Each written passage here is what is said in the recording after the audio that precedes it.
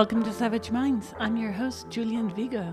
Today's guest is Ceri Black, who is a survivor of childhood sexual abuse and a campaigner for child protection and for the rights of women and girls. She is the mother of 2 children, and she lives with her wife in Northern Ireland. This summer, in the aftermath of the Y-Spot incident in Los Angeles, Ceri wrote a Twitter thread about how to protect children by spotting predatory behavior. The police have been threatening to arrest her for these tweets. I welcome Ceri Black to Savage Minds. You came to discuss child sexual abuse this summer after the Y-Spot incident, and you took to Twitter to voice something quite eloquent. Now, I'd like to begin with the topic of child protection, because you have a lot to say on this issue, and I thought that might be a good introduction to this show today.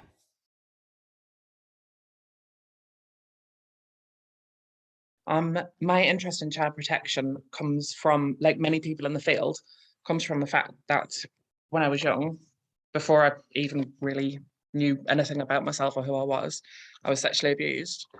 And what happened to me in the wake of that and how I managed to recover from it. And that's where it comes from. That's why I talk about it.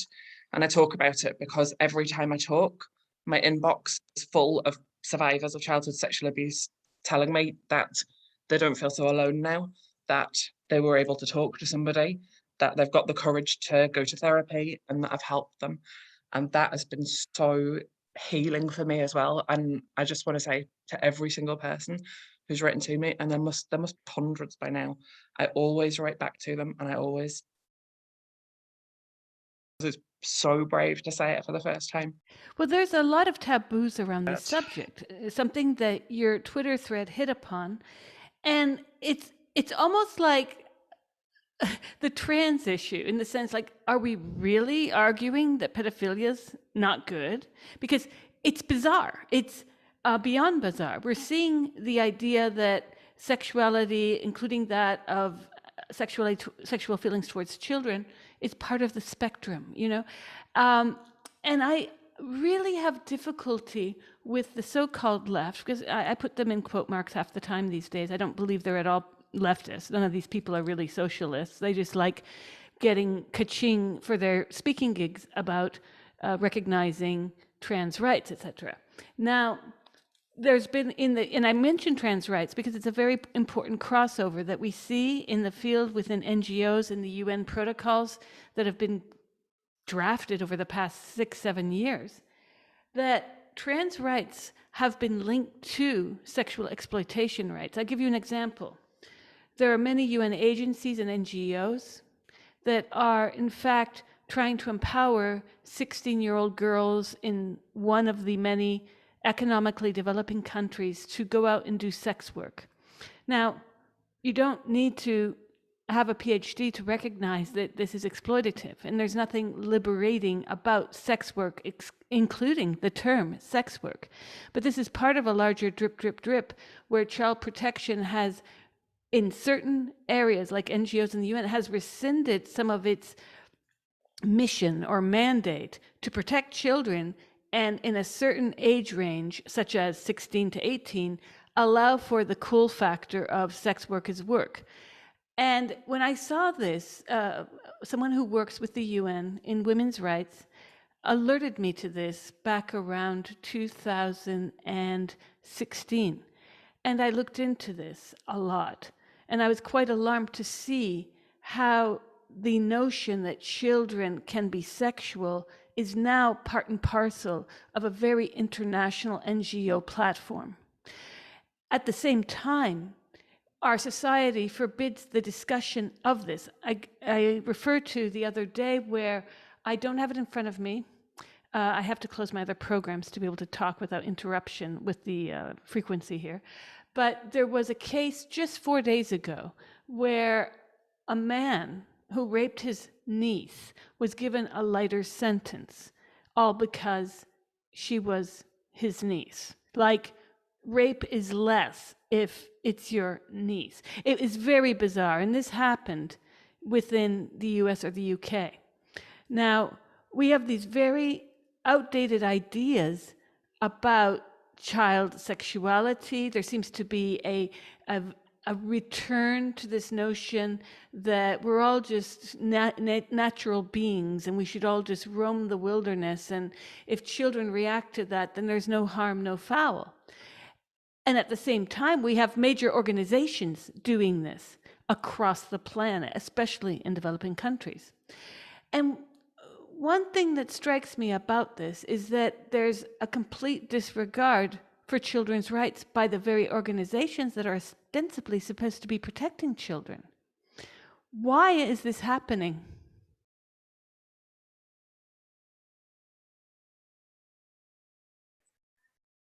Even it gets everywhere, and the way that people talk about preventing childhood sexual abuse is not right either. So I do some voluntary work with a local charity. I go out and help struggling families in my local community, children with additional needs and things like that, or recent splits, multiple births. I go out and spend time with the families, and we did training from the NSPCC, and I don't know if anybody's heard of it. It was called the PANTS training. And the basic bottom line of that is you're not supposed to tell children, don't let anybody touch you under your underwear, and tell somebody if you're being abused. And that training in itself is just so wrong-headed because it puts the onus on the child to safeguard themselves, and children can't safeguard themselves. Most people know that there's a child who's at risk. I mean, when I was younger, everybody knew because they had me down as a bad kid. They had me down as a slut because I was climbing out of my window and going getting falling down drunk and sleeping with strangers. Like I became complicit in my own abuse.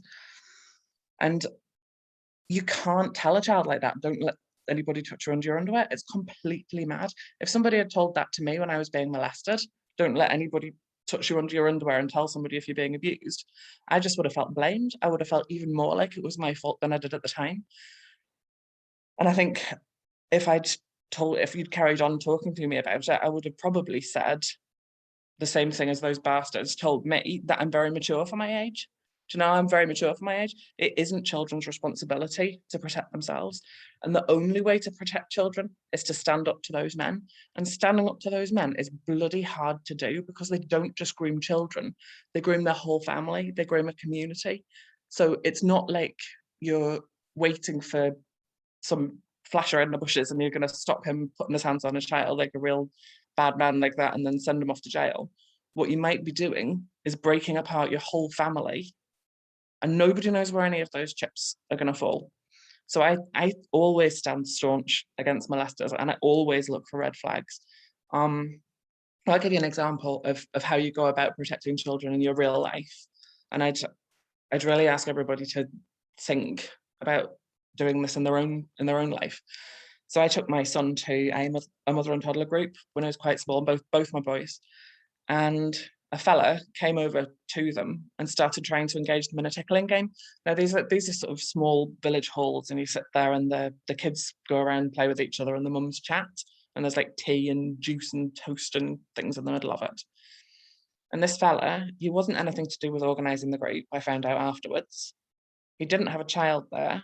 It was just like a visitor to this mother and toddler group.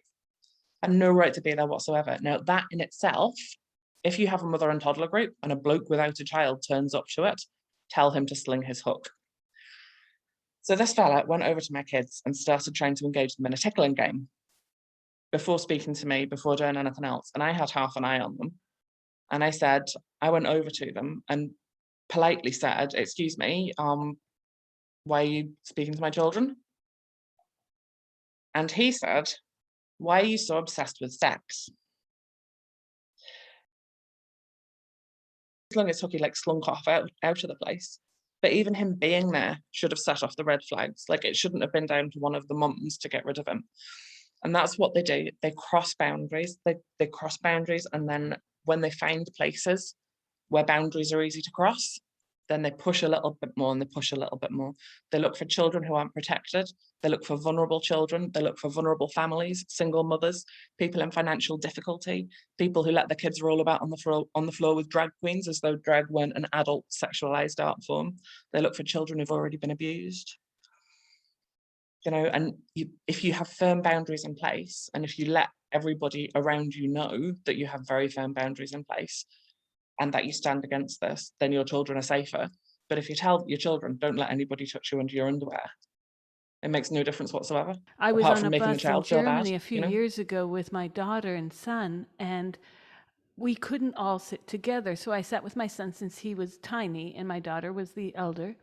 And I always have her sit on the outside towards the aisle near me, right? Well, a man came on the bus and wanted her to move over.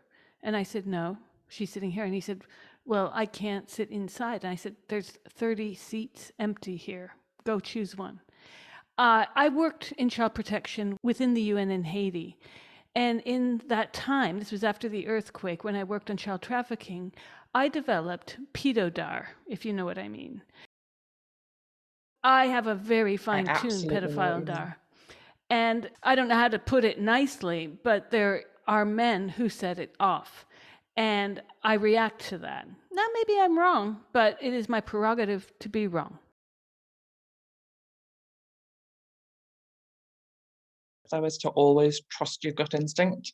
Like if something feels skeevy and wrong and like you want it off your skin, really you have your instinct and look for red flags. Your There's instincts a are really whole important, I school think. behind this, however. I remember when a friend of mine confessed that she had fallen out with her entire family because of her father's sexual abuse towards her and her sisters.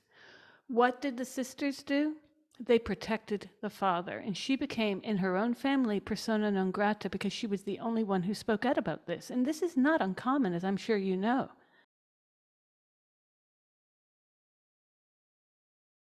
The time. Why is there such a It happened to me. taboo within families to discuss the pedophile amongst them?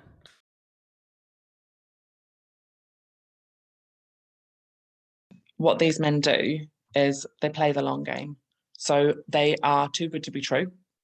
I mean, sometimes people really are just great.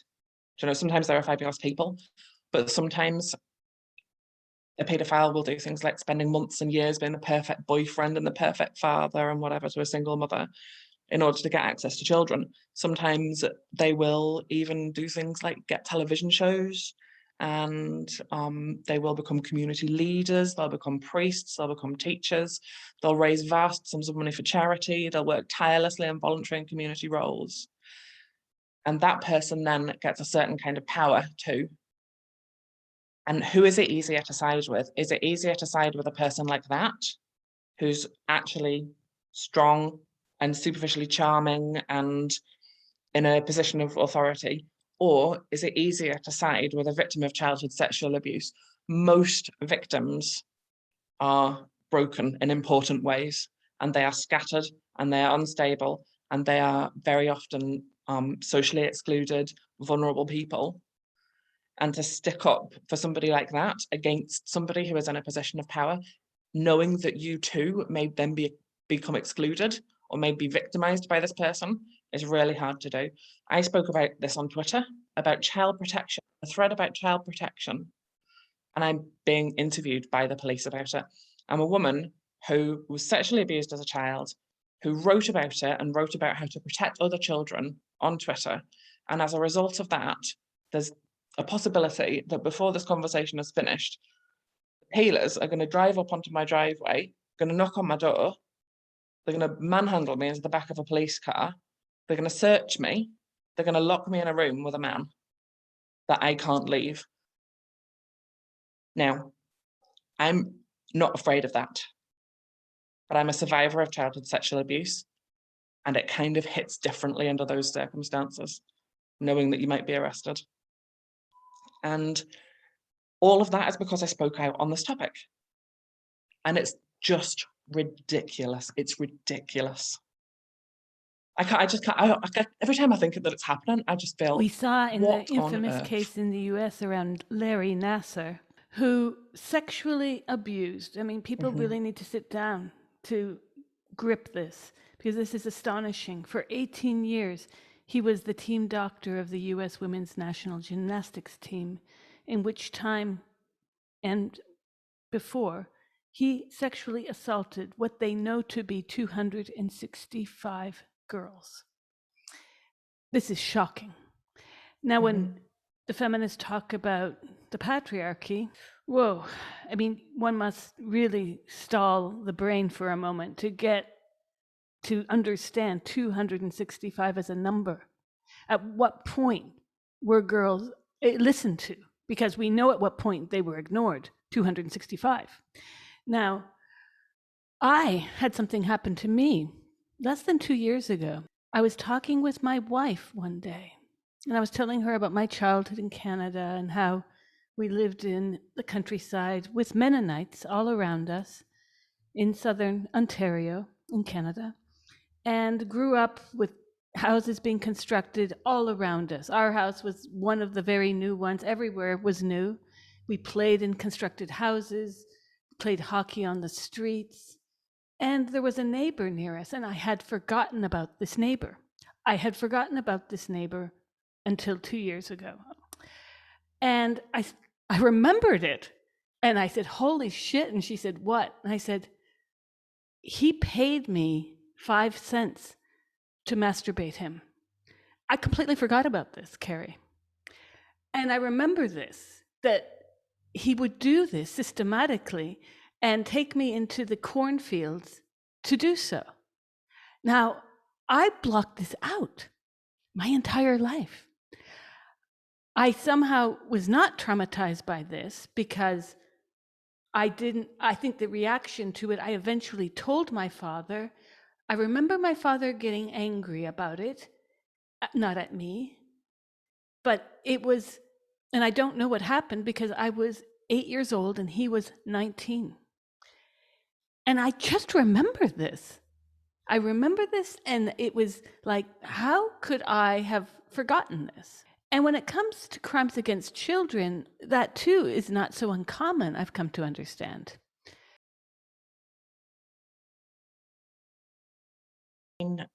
I'm half glad. I can't remember very much in the way of details about what happened to me. I can remember fractured images, and I can remember the things that come flashbacks. I don't really even have very much of a clear memory of all of the sex I've ever had with men as an adult. It's all gone. And I'm kind of glad about that. I'm kind of glad because I think if I could deal with it, then my brain would let me remember it. So I just think your brain's clever, and learning to trust instincts actually is so. Instincts are one of the reasons as well why childhood sexual abusers are so evil, because they take instincts from children and they use their instincts against them. And learning to trust my clever brain and my clever heart to protect me from what I need to be protected from, and to keep me safe by keeping those details from me, I think that's all right. You know, you obviously decided that you were strong enough to. We also moved remember it, and so shortly you after did. that, and I think obviously that helped, because I think if I had to continue seeing him, that would have been devastating to my psyche. Meets me. Well, I Seriously. tried to look How him dare he up put his hands on you? because I have a friend in Yorkshire who was sexually abused in a similar way as a child. And she went up to her aggressor's door when she was an adult, knocked on his door. He did not recognize her. She was a grown woman. And she said, hello, you probably don't remember me, but you raped me when I was a child. And I'm just here to tell you that I know where you live. I know where you are, and I'm watching you. And she left. Yep. I was like, wow, you've got chutzpah, you know? And I am very concerned when I see what's going on, not just in social media. Social media is a manifestation of this, but this has been going on for all of human history, where these kinds of taboos and violences towards children are now couched in contemporary culture within the West as being niche and cool. In fact, in your article, I'm going to jump there quickly, did an anti-pedophile thread bring the police to Ceri Black's door?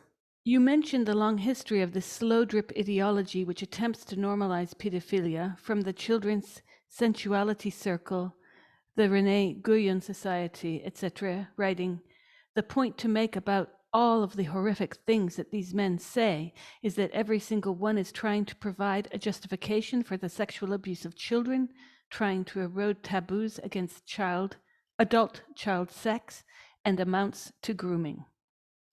Now, a lot of people think, Yeah. oh, she's just conservative. You must be one of those right-wing Bible thumping. And it's like, whoa, this is a bit demented. You referred to the children's drag queen hour and so forth. That's been the avant-garde of the pseudo-left for the last few years.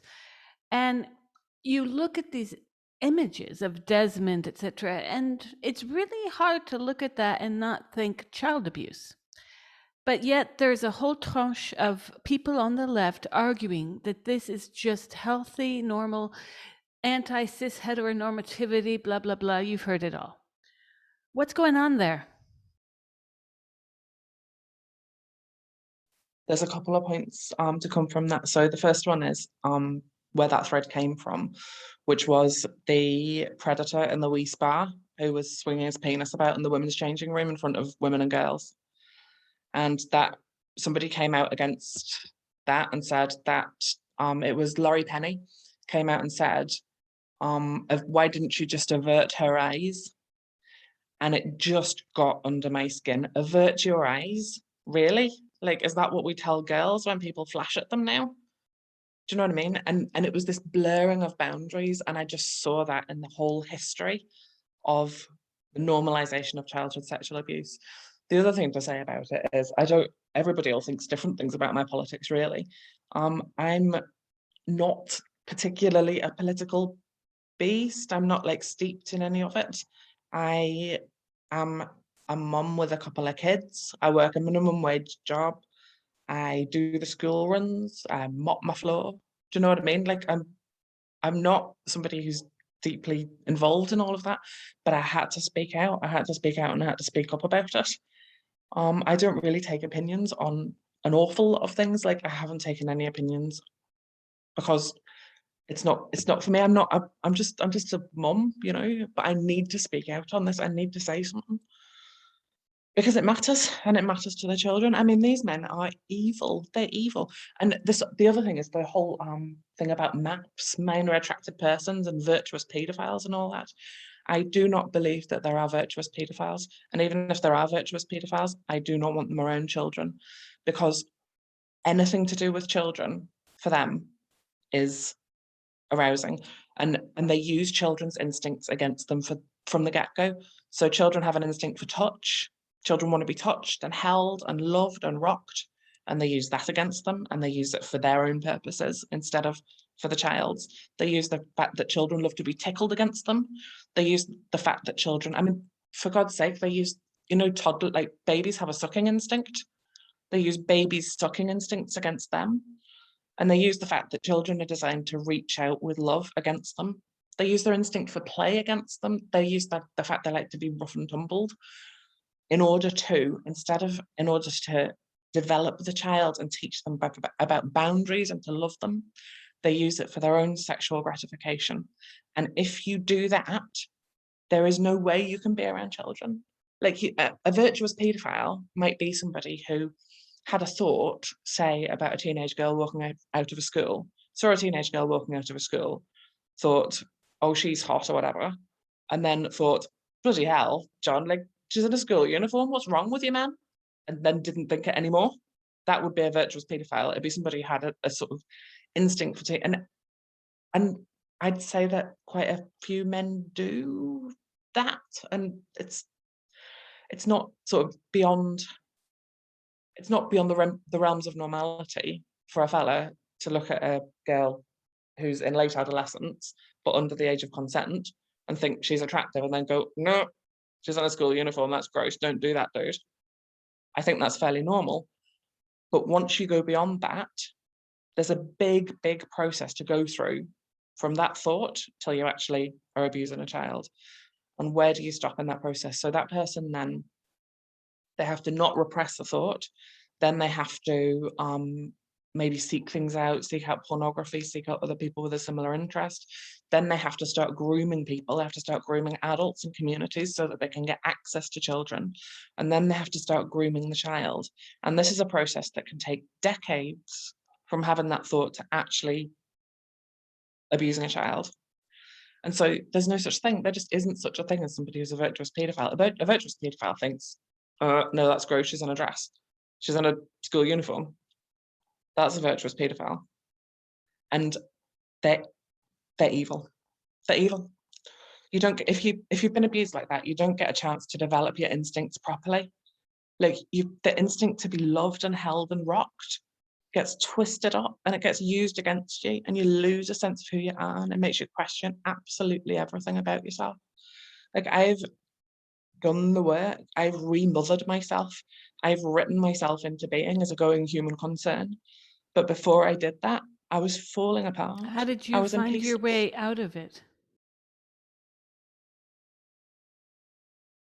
Quite a bit of therapy. And there were moments in therapy where things started to resolve. I think the point of therapy is that they love you enough, because I was actually unlovable. I was falling off the edge of the world. I was hypersexual. I was homeless. I was just emotionally not even unstable. Just, I can't even really describe to you what the inside of my head was like. I didn't believe that I was worthy of love. I believed that I was to blame for what those men did to me. I'd taken their shame on myself. And I drank and I used drugs, and I was just falling off the edge of the world, mad and unlovable. There was no human being who was able to take me on unless they were being paid to do it. And what therapy did was it helped me recover enough. It helped me get to a place where I was able to give and receive love and care and human connection, and where I was able to just reach out tentatively, so tentatively and gently at first to other people, and in fear and trembling. And I got it so wrong for so long that I didn't want to be alone anymore. I didn't want to be alone in my head anymore. I didn't want to be in this corridor in my mind with a gale blowing down it and all these doors, just doors and doors and doors. And behind every single door, there was a monster or a man without a face. And this gale howling down the corridor. And sometimes I would run back and forth trying to keep these doors closed because they kept creaking open and blowing open in the wind. And sometimes I ran out of energy and I couldn't keep closing the doors. So I sat on the floor and I pulled my knees up to my chest and I wrapped my arms around my legs and I cried and I shook, and the monsters came for me. And I was back in those rooms, and that's how I lived. That's what my life was like. And I drank to oblivion because I didn't want to be in my own head. I didn't want to be conscious, and I was just falling off the edge of the world. I couldn't function. And I said that to my therapist, that about the doors. And my therapist said to me, and I love this woman for this, I'll love her all my life for it. She said, Kate, who's in those rooms though? Who's in those rooms with the monsters? And the man without a face. And I looked at her and I couldn't work it out. I couldn't work out what she was getting at, but I got there eventually. And the person who was in those rooms with those monsters was little me. I'd left little me in there and I'd abandoned her just like everybody else in her life had abandoned her. And I'd left her in there to face them alone. And so, with the help of my therapist, I got the courage to open every single one of those doors. And I wrote down what happened to me all from beginning to end in each of those rooms that I had to escape, those rooms that followed me. And I went into those rooms and I wrote out from start to finish what had happened. And I said, all the detail of it, everything I could remember, everything, wrote it down. And then I wrote it down again, only I wrote a different ending. The ending I wrote is what would have happened if me now had gone into that room back then and rescued that girl, what her life would have been like. And I went into every one of those rooms and I rescued her and I brought her back. And she's here now, she's here with me, she's in my heart. And I'm taking care of business, right? But she's in my heart and she's safe and she's protected and she's well loved. And she plays in the garden with my boys. And I take her out on trips with my boys too. and she's here, and I've got her back and she's got mine. And that's how I started to recover. And then once that happened and I started to self-actualize and become who I am, like be my whole self, I met my wife, and she, I think, saw some strength in me. And she and I loved each other better. We really did. We loved each other better, and we continue to do it every day. And she is everything to me. And then when my boys came into the world, they came into the world with open arms, and I swore that my childhood would be, I would be the last person that my childhood ever hurt. And I swore that I would protect those children, that they would be safe around me. And I don't make promises. I've made like 5 in my life, but I promised those children before they were born. And their home is full of love. And I didn't get love. I didn't get loved when I was little, not really. I got pockets of it here and there, but mostly I was just alone. And I had to learn to speak the language of love as an adult. I had to learn how to do it all, and it felt like a strange country, and it felt like a strange language, and I had to learn all the customs, and I had to learn all the names, and I still feel like I speak it haltingly. It's never going to be my mother tongue. But I'll tell you this, my children learned their language at my knee, and their mother tongue is love and boundaries, and they speak that tongue with a fluency that I will never master. And they came into the world with their arms open, and they healed my broken heart. And that is such a gift that they have given to me. So I'm doing my very best to raise young men who are going to be There my is gift a to the world. disorder in the Diagnostic and Statistical Manual of Mental Health Disorders that classifies pedophilia as a disorder. Yet, in recent years, there's been an avalanche of specialists from the fields of psychiatry and psychology who have argued that pedophilia is a sexual orientation like any other. And I'm referring here to a talk given by Miriam Heine, who 3 years ago presented her talk, Pedophilia is a Natural Sexual Orientation, at the University of Würzburg in Germany, saying, according to current research, pedophilia is an unchangeable sexual orientation, just like, for example, heterosexuality. No one chooses to be a pedophile, no one can cease being one. The difference between pedophilia and other sexual orientations is that living out the sexual orientation will end in disaster. She went on to say that abusing children is wrong without any doubt, but a pedophile who doesn't abuse children has done nothing wrong.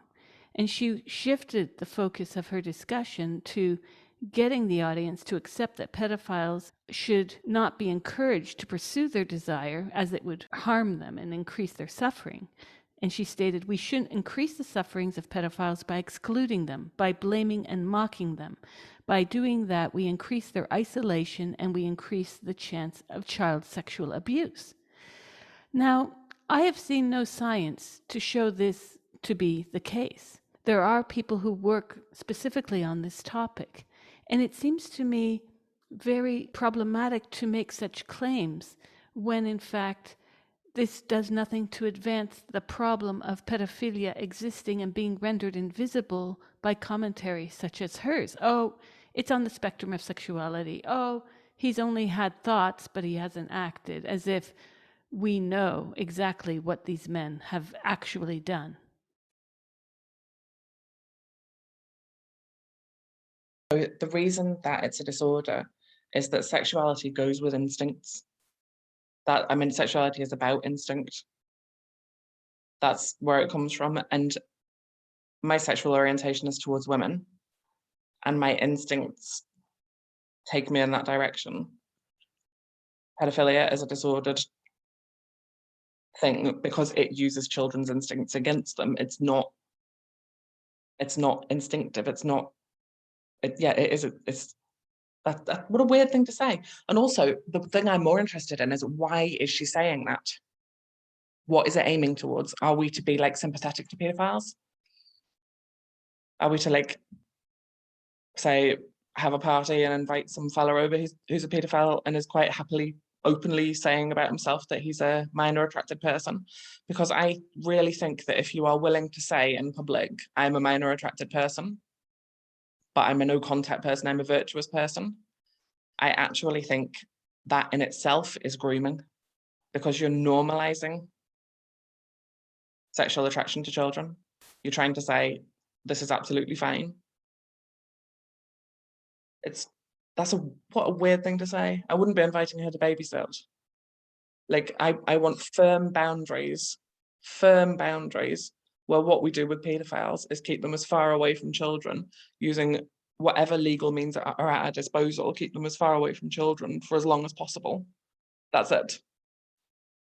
And there's quite a lot of evidence that paedophiles actually enjoy therapy, because they like going to sit in therapy to talk about the crimes, because they get off on it, because they feel like they're almost manipulating and abusing the therapist by exposing them to what they've said. That's why many of them will The things prefer I learned female in Haiti, I therapists too. wish I had never learned, to be quite honest. There are things I wish I could have unheard and unseen. The amount of grooming that goes on even within child protection agencies would make your jaw drop to the floor.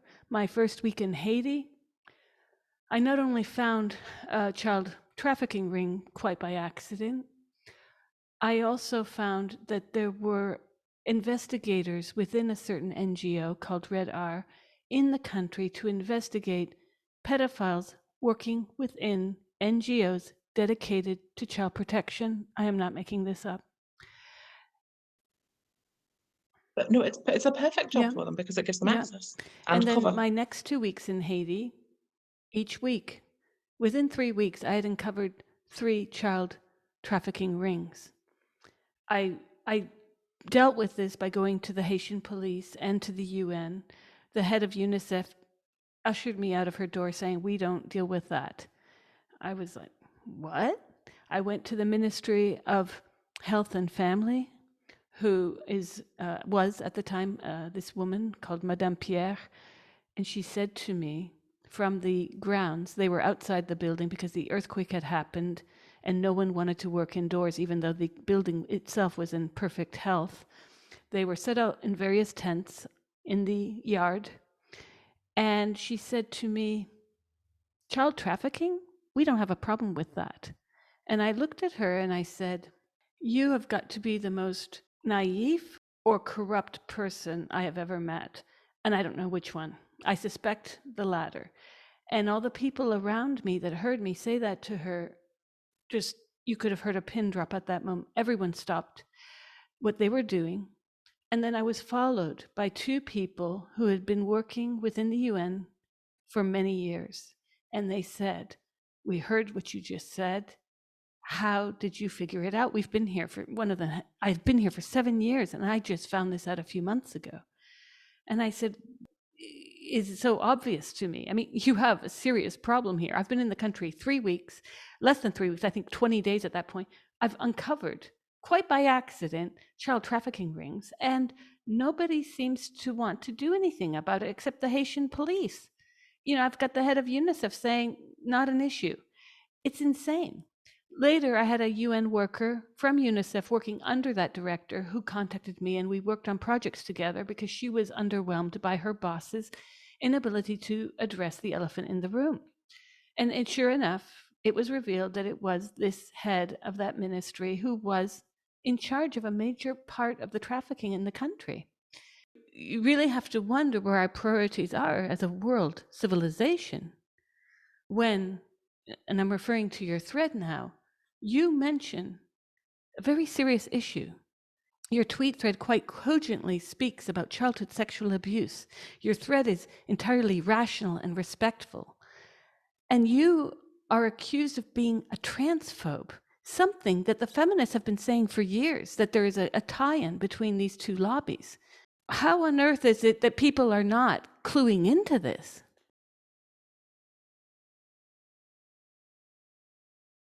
The reason that there's a tie-in is because gender ideology gives absolute freedom. I mean, what they want access and they want cover up.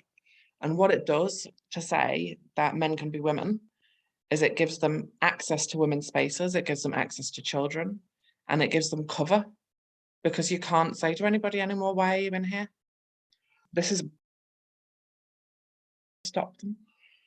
Like, we have to do it for girls like I was. We have to do it for girls like those girls you Well, talked what's the about. currency for Laurie Penny to tell these girls to avert their gaze? She was supported by so many of her readers and her followers in a statement that was frankly vile.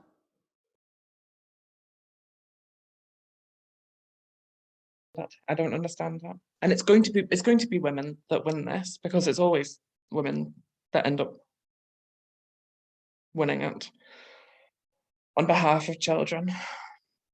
But I don't know. I really don't know why she came out and did that. Like, and I don't know what's in it for the people on the other side.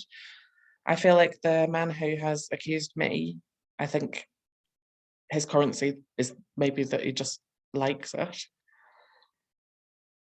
He likes to do it. But I don't know why Larry Penny came out and said that at all. I don't understand how you could say it to a child who's being flashed at. It just makes no Well, it's sense to also me. a self fulfilling prophecy. The harassment directed at you by trans activists and then by the police demonstrates one of the first tweets in your thread where you write, "The sexual abuse of children thrives in the dark." Hence, my reference to this being a self fulfilling prophecy. Shut her up so it stays in the dark. Even trying to shut me up. I'm a bit of a gobby Well, let's lesbian, go really. to your tweet, because I read through it and I was very impressed by your eloquence and how you brought up so many truths of our cultural and social inabilities to deal with pedophilia head on. Your tweet makes reference, and it kicks off with the Y-Spot incident, in showing the parallel to those who told women this summer that if they didn't want a man in their private areas to avert their gaze, enter Laurie Penny stage left, and you write, all a child abuser asks is that you politely look the other way, see no evil, don't cause any waves. Wheesht, just mind your business, wash your hands of it like Pontius Pilate. After all, it's only suspicion. He's harmless. Sure, he does loads for the community. Avert your eyes. Can you speak about this part of your thread?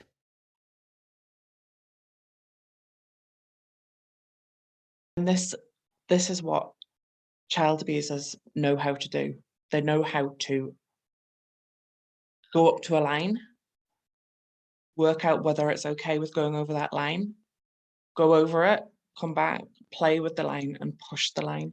So for example, so they're always watching the other adults in the room to see what they're doing and to see what they're observing. And you let little things go. So they might be in a swimming pool or something and chucking kids about, and they might like accidentally touch the kids in the private parts, or even not very private parts. They touch them on the bum or whatever to push them away, chuck them about or whatever. They look around and see if any adults notice them doing this. And then they kind of normalize doing that bit. So they're always pushing them by the bum. And then the next thing is they're going to the changing rooms. They're always pushing. And what they're looking you to do as another adult in the room, when you see those red flags, they're just looking you not to look. Just don't look. And they will give you every excuse in the world just not to look, make it really easy for you not to look. But the trouble is, if you don't look just once, like if you avert your eyes even just one time from them doing that, then you make it less likely that you're going to be able to intervene in the future, because you increase your sense of complicity with the abuse that's going on. And you then have to start to deny to yourself that it ever was abusive, and you make excuses to yourself about that abuse. And it goes on, and you get more and more complicit until you get to the stage of somebody who stays married to a paedophile who's been abusing their children for years and years and years, and they just manage to turn a blind eye to it all. They know, but they don't say it, so they're in denial, they're fine. You're Just listening don't to look at me. Savage Minds, and we hope you're enjoying the show. Please consider subscribing. We don't accept any money from corporate or commercial sponsors, and we depend upon listeners and readers just like you. Now, back to our show.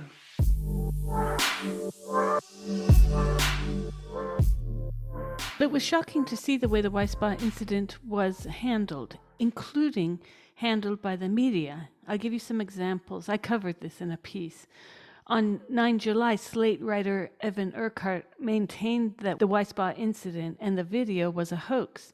And then several weeks later, Lois Beckett and Sam Levin from The Guardian claimed that the incident was, quote, distorted by anti-transgender groups and that the claims made by the women present were unsubstantiated.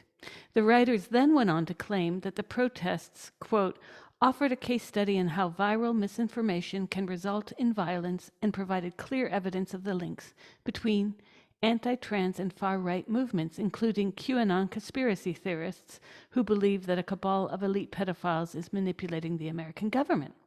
Now, I reached out to Cubana Angel, who documented this. She was so brave. I love her.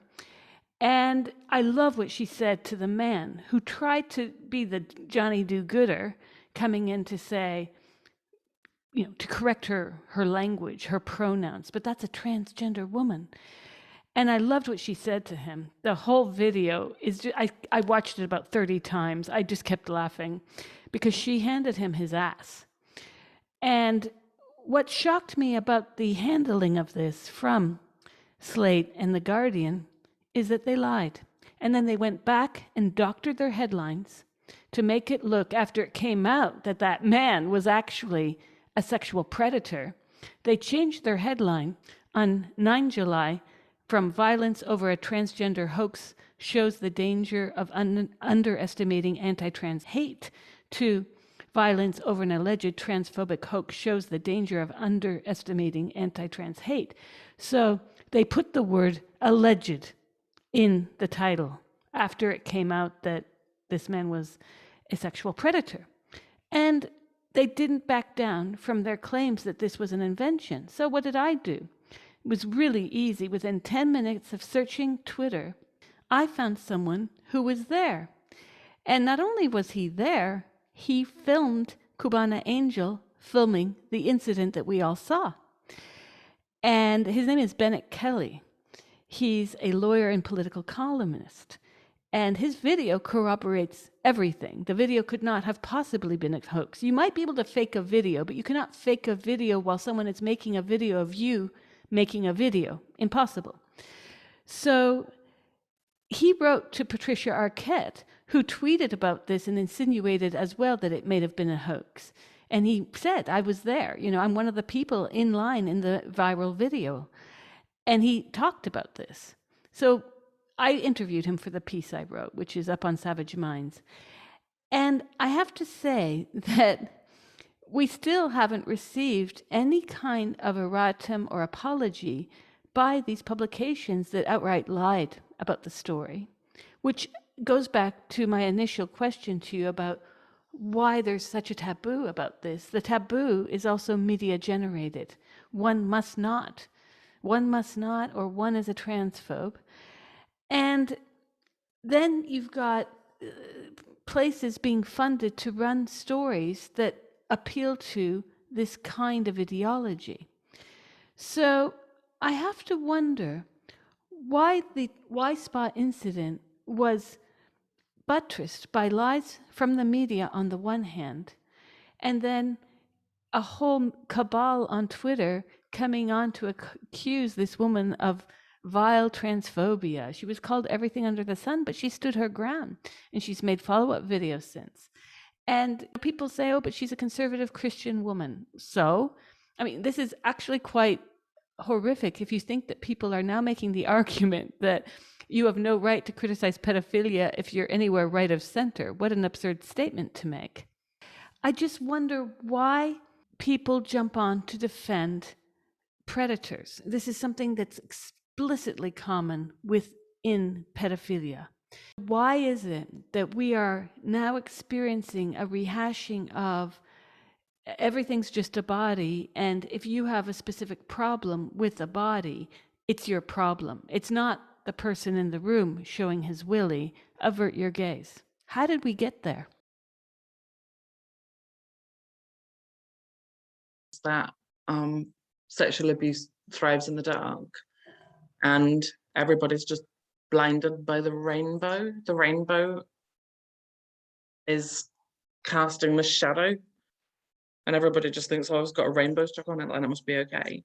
And And I think as well, there's a whole load of love in the world at the moment. Everybody's like, love your kids and all this. I wrote a thread. We were talking. Most of my Twitter is silly, actually.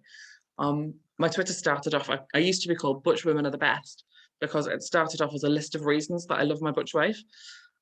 It's just silly. It's a silly Twitter, but it's got serious bits in it. And I've lost my train of thought now. I was tweeting about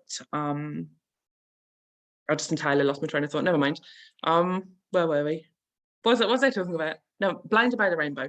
Yeah, and I think that as part of there's a load of love. That's what I mean. That's what I'm talking about. There's so much love for kids. I tweeted about one of my children. Now, I believe with children, you have to let them have the natural consequences of their actions. So my son would have been maybe 3 or 4, and he wanted this sandwich, like an extra sandwich. So I gave him a sandwich, and then he fed the sandwich because he'd already eaten. He fed the sandwich to the dog, and then he cried for an hour because he didn't have a sandwich anymore. Right now, I put this on Twitter and about like when giving people what they want isn't actually the loving thing to do. I was talking about, and somebody posted underneath, "Why didn't you just make him another sandwich?" So I think we've got loads of love, but we don't have any boundaries with people anymore. And we need love and boundaries. We need both of those things. And I really feel like love and boundaries is the only thing that we can do to tackle all of this. Everything we do has just got to be filled with love and boundaries. Like, in what circumstances do we need love, and what circumstances do we need boundaries? If you've got a girl, you've got a girl who says, I want to transition, I want to take puberty blockers, whatever. You need to absolutely love her where she's at, because she obviously is desperately in need of love. But you also need to set boundaries in place and say, you can't take any irreversible actions. You need a combination of the two things. And those boundaries with child protection, I think people don't actually realize when boundaries need to be put in place. And I did, if you don't mind me talking briefly about red flags and the biggest red flags that people need to look out for if they want to be able to stop predators, perverts, paedophiles, child molesters before they ever put their hands on a child, if they want to keep children around them safe, or what they need to look out for. And I've got a wee sort of short list of things. And do you mind if I just run through them, because I'd be aware of them? So my first one is that if people are too good to be true. So we talked about that a bit before, like fella's been a perfect boyfriend and the white knight and everything else. And fellas like raising loads for charity. And the worst thing is there are fellas who do that and they actually are great fellas, but it's the ones who do it to get access. Tickling games for me is always about the relationship between the adult and the child and how close and long-standing it is. So I always tickle my 9-year-old, but an adult approaching a child they don't know and immediately starting to try to tickle them is a red flag. So a well-beloved parent, well-known family friend, the child initiates the tickling game, it's no bother. But just watch for ticklers, and where on the body it happens is really important as well, and how old the child is. I mean, there's no cause in my mind for an adult male to be tickling a teenage girl. There's no circumstances in which that's appropriate. I think social orientation, these men orient themselves towards children instead of adults. And this is part of how they make themselves useful. So all the parents want to sit together and have a drink, and this fellow will go and look after all the children, entertain them. If you watch fellas in social situations, most fellas are tolerant of children and will give them time and engage with them if they're approached. But an adult male who seeks out the company of children and eschews the company of adults at a mixed event is somebody I would watch. The virtue signaling and obsessing about paedophiles, they all do it. They all do it. There was an adult in my life who just used to bang on about Jimmy Savile, like just bang on about him, because they like to make women uncomfortable by talking about the topic. But it's where their mind keeps returning to. I met a man at a conference once actually, and I said, I just said out to him, I was doing this thing on statement analysis, which is a scientifically dodgy form of lie detection. I mean, it's a useful tool, but it's not 100% reliable by any sort of means. So he asked what I was working on. So I said, I'm working on this statement from a paedophile. And this fella then spent about 5 minutes in a monologue about how disgusting and perverted paedophiles were. But then he went on to say that they need therapy and reintegration into the community. So if you're both virtue signaling paedophiles are bad and also saying paedophiles need help and understanding, that is such a big red flag. Like, I certainly didn't invite him to babysit. So virtue signaling around paedophilia, and they'll even say things like, I can't possibly babysit because I don't want to give the wrong impression. Only then 2 weeks later is babysitting 3 nights a week. So there's a difference between boundaries and virtue signals, and virtue signals like move, and I have 2 boundaries children, are and firm. pre-pandemic, God forbid I would have a life now, but pre-pandemic, I would take a childminder or a babysitter when I needed to have my children cared for. It was very rare because my children were very young and I rarely left them with anyone. So I found a sitter when I was in London. But once when I had to go to Brighton to give a lecture at the university there, it was an all-day conference, I had to depend upon a childminder. So I only had one child at that point. I left my daughter with her and I said, okay, I'll be back here by 6:00. Great. So all is good. Gave my lecture, sat in on the other lectures. It was a lovely day. And I'm leaving the lecture hall and I get a message on my phone saying, I have an emergency. Can you come earlier? That arrived an hour before. I call her up. This is the childminder who had written me. And I said, well, I'll come right now. And she said, well, we've had to leave. I said, what do you mean? And she said, well, my ex-husband has died and I've got to go and identify his body in the mortuary. It's an emergency. And I said, well, he's dead. It can't be that much of an emergency. She had just told me she was in the park, crossing a large park in Brighton with her adult son and my daughter. I was very alarmed by this. It went against child protection rules, even within her own guidelines of what childminders are supposed to do. This was not an emergency. I'm sorry to be crude here, but a dead body is going nowhere. So I had to grab a cab, go and find them in a park. And when I saw that her adult son was there with my daughter, I was, what the actual fuck? Now, whenever I've had to have people take care of my children, they are female. And since that incident, I would ask for a DBS check. Now, this might seem severe for people, but the world we live in is not what it seems to many people. And you do, as you mentioned, you become vulnerable when you're a single parent. You become vulnerable when you're a busy parent. And most parents are busy these days. People who want to predate children are experts at it.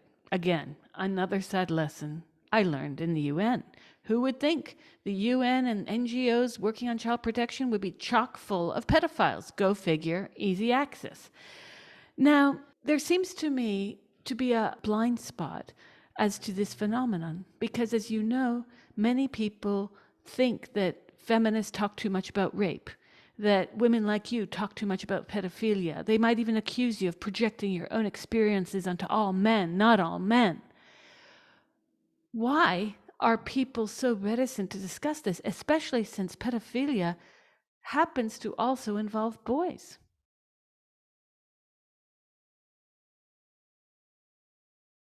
Because it's hard. Like, it's hard. And not only is it a really difficult and horrible topic to discuss, like, what do you say to somebody who discloses sexual abuse to you? What most people say to me is, I'm sorry. But like, what can you possibly say? Like, you don't want to talk about it. It's not a nice topic to talk about for a start. And then once you've got over the fact that it's not a nice topic, you've then got to face the fact that knowing about this topic puts a responsibility on you. Like, it gives you work to do, and it's not easy work either. Like, it's work that involves taking the side of people with no power over people with power and standing up. Like, it requires that you either be a bit brave, or that you don't do the right thing, that you do something less than stand up to those people. So it's difficult. It's difficult to think about. It's difficult to talk about. It's not nice as well, because I mean, some people are married to these men. One of the things that I am absolutely proudest of that I've ever done in my whole life, there is a there's two messages in my inbox from women who read my threads. I'm going to get choked up when I talk about this. I can talk about everything else, but this chokes me up. There are two women who are in my inbox who read my threads and realized that the man that they'd moved into their house, or the man that they were going to move into their house, had all the red flags and was grooming them and was grooming their children. And so there are children who are sleeping safe in their beds tonight because I was brave enough to speak up. It's phenomenal how many people have this blind spot for this and others do.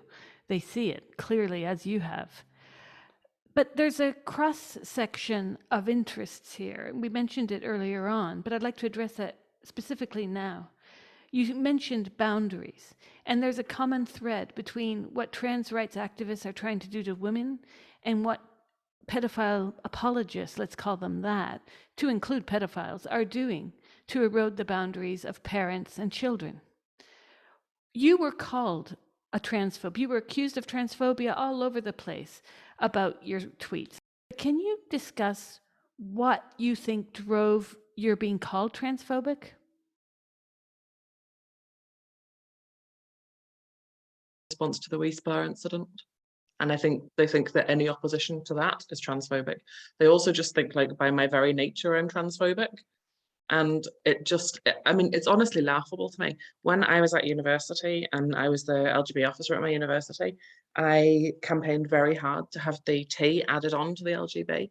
That was in 2002. So it was like years and years and years before Stonewall added the T. Like I was always in favor of the inclusion of the T, but back then the T meant essentially dysphoric gay men, dysphoric lesbians, who as a last resort to deal with their difficulties, transitioned. You know, it wasn't children, it wasn't adult heterosexual males. And I just didn't see that was coming in. And I don't understand how you can call me transphobic. It's mad. I'm a lesbian, right? So I don't fancy fellas. Very occasionally, I will be walking along the street and I'll see a fella and I'll think like, oh, he's a bit of all right. And then I'll go, what? And I'll think, why am I thinking that about a fella? And then I'll go, oh no, I've had this conversation with myself before. So I'll look again and it's always a fella who's short and has narrow shoulders and only a little bit of beard growth and wide hips and small hands. And it's always a trans man whenever I look back. And I'm not transphobic. I'm just, how can you be transphobic when you? I don't get it. Like, huh? I think they think it's transphobic to not say to trans people, yes, you can have everything you want, and just I think cut off women. one There of you the go. issues at the heart of this is how boundaries are policed amongst the most vulnerable, and the most vulnerable in our society today and forever has been women and children, both because of physical size, largely because of physical size, and because of economic weakness. Now, I have to wonder, because this comes up in the trans discussion as well, where we notice that men are not being called front noodlers, men are not being told prostate havers, but women are. We are being denigrated down to little bits and pieces of our anatomy. And we're seeing that in the case of pedophilia, where boys and girls are in almost equal measure being sexually exploited and raped, that this is a taboo subject. Now, I have to wonder if this might be because of the hard kernel of misogyny, where women are seen as not only being sexual, but they're seen as being sexually exploitable, and there is a taboo to discussing boys being raped. We saw this in the US with what the Boston Globe did to the Catholic Church around priests. There is a taboo to speak about child sexual rape, I think, because it involves boys and men don't want to discuss it. In the same way that there's a taboo for women to say, he's a man in a dress, I'm sorry, men can't become women. Language matters, a current debate happening on Twitter. And those trans advocates and some feminists who say, but My friend, she's really nice and she's a true trans. All those others are not. And we begin to see that there's something wrapped up in the way that they use language to try and portray, whether it's the good trans, the true trans, or the good pedophile. It's language that is encapsulating this narrative being pushed forward. So, Ceri, can't you just sympathize with your neighbor? And he's a reformed sex offender of children, and he's fine now. Okay, believe me. So, how can we resolve this issue where those discussing women's rights within gender ideology or people like you working on child protection are not sidelined by the wokerati who say, oh, you're just a conservative, Bible thumping woman? How do you get around that? Well, it's difficult, isn't it? My approach is to speak the truth from my heart and to be boundaried and fierce. And if you're speaking the truth from your heart and you're able to be both vulnerable and fierce, then it's difficult to speak in opposition to you. Like if you're right as well, you know, it's difficult. It's difficult to stand up to somebody who's doing that. And it certainly worked for me with my own children and children in my life. Like people have tried to say to me, I'm just thinking of situations where I've protected my children. People have tried to say to me what you said earlier about like overreacting and all that stuff. But if you just plant your feet and stand firm about it and let them say what they like, then they can. And I'm speaking here. I'm not speaking as a person who has a plan for how to do this nationally or globally or anything else. I'm just talking as a mum who knows how to protect her own children. And if people want to say protecting your children makes you a Bible thumping Christian, whatever, what I'm going to say to them is, fine, okay, but you're not babysitting. Do you know what I mean? Like it's a red flag, and people can believe what they want, but it won't be true. Do you know what I mean? I don't mind what they think of me for protecting children. If somebody says to me, you're a bad person for trying to protect children, if somebody says to the police, it's criminal that she's trying to protect children, you need to go and arrest her, I actually don't care. Like, I'm going to plant my feet, stand firm, and I'm going to do the right thing. That's what I'm going to do, because, like, I will not be moved on this. I'm doing this for little girls like I was. And I have to do it for little me who's safe in my heart, because every time I do it, I'm speaking up in protection of her specifically. And I have to, and I'm speaking up for my own children too. And if they want whatever they want to say about me because of it, that's fine. Just There let were them say two it because threads I'm of doing yours it. that you put out after the Y-Spot incident. One from the 6th of July, and another one that came, I believe, 3 days later, where you discuss child sexual predation. Which one got you into the biggest pot of hot water?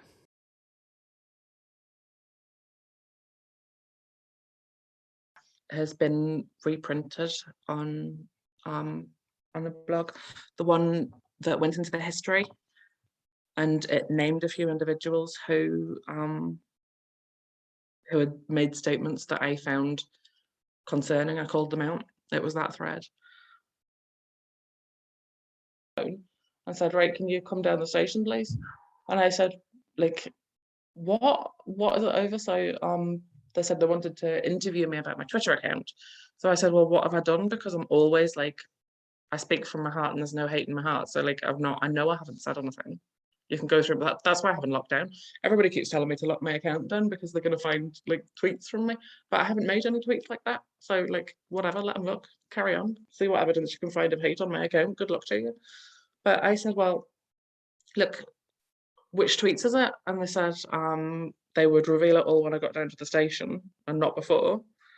So I said, right. I said, what if I don't come down to the station? And the policeman said, if you don't come down to the station, then we are going to come and arrest you. And he says, we don't want to go down that road, do we? Like that. So I said, all right, well, I'm going to speak to my solicitor.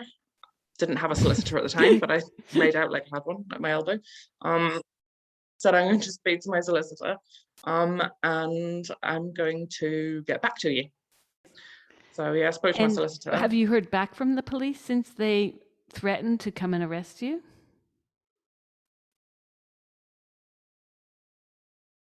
And then on Friday, I went up to Belfast. I spent 2 days writing a speech, basically, and then went up to Belfast and delivered this speech, which essentially I threw the gauntlet down to them, said, if you want to arrest me, come and arrest me. There were actually policemen there. There's a bit in the speech, you can see it in the video, where I actually held out my hands and said, here I am, ready for them to put the cuffs on, like theatrically.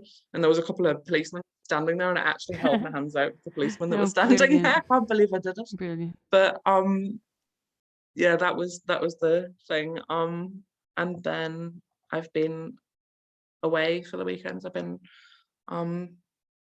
touching base Where are we in with terms my of women. laws and protection of children? There needs to be obviously more rights for policing and prosecuting these criminals. And instead, in recent years, we're seeing, like that TED Talk I just mentioned, we're seeing more and more people from the passionate left come out and say, we just need to understand them.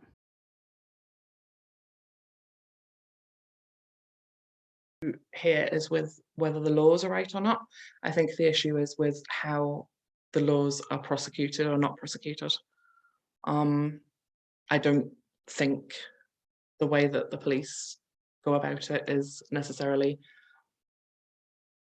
helpful, and certainly the Crown Prosecution Service and the courts have really messed up views about paedophiles. Some of the things that judges have said are absolutely outrageous, for example. And I think that people in the dark, if you've got somebody up in the dark and you've got a witness in there talking about what happened to them, one of the impacts of childhood sexual abuse is that it makes truthful accounts sound like lies because they're so full of holes. And they're so like dissociated and scattered, and they don't come in the right order, and things get misremembered, and things from one place get put in another place. Two incidents can get conflated. And this is just the after effects of the fact that sexual abuse is a dissociative, it causes dissociative states. And even though that person's telling the truth, they're not only in bits, probably, they are also dissociating, and they may dissociate from what they're saying in order to be able to say it. So you can tell there are people who've recovered enough from their abuse to be able to talk about it, but they'll talk about it like they're talking to you about the weather. They will dissociate entirely from the emotion because feeling it is too big and too painful. And that makes them sound like a liar too, because they sit there and talk about being abused in such a flat manner. And that What are your leads next juries not steps to in convict. dealing with what's happened? Are you going to make a complaint against the police? Because this is a form of not only harassment and robbing you of your right to freedom of expression, but they are actually trying to shut you up about what is a well-known and well-pervasive crime within society today. I have a plan. I've planned a plan. I am meeting up with a brilliant group of women tonight who are going to help me execute it. My target isn't just stopping this complaint against me and making it go away. I feel like there's really some momentum for me to try and have this man stopped through legal means. So I'm going to pursue that. I am also, I've got other plans as well, but I'm not going to say things about them. I've got Stonewall in my sights and the Diversity Champion scheme, and I have the Police Service of Northern Ireland on my sights too. If I'm really honest with you, what I want to do is I want to knit my wedding dress, and I want to spend time with my kids, and I want to brew my wine, and I want to love my wife, run my business, live my life and raise my kids in peace. Like, that's what I want to do, but I can't, so I've got to do this instead.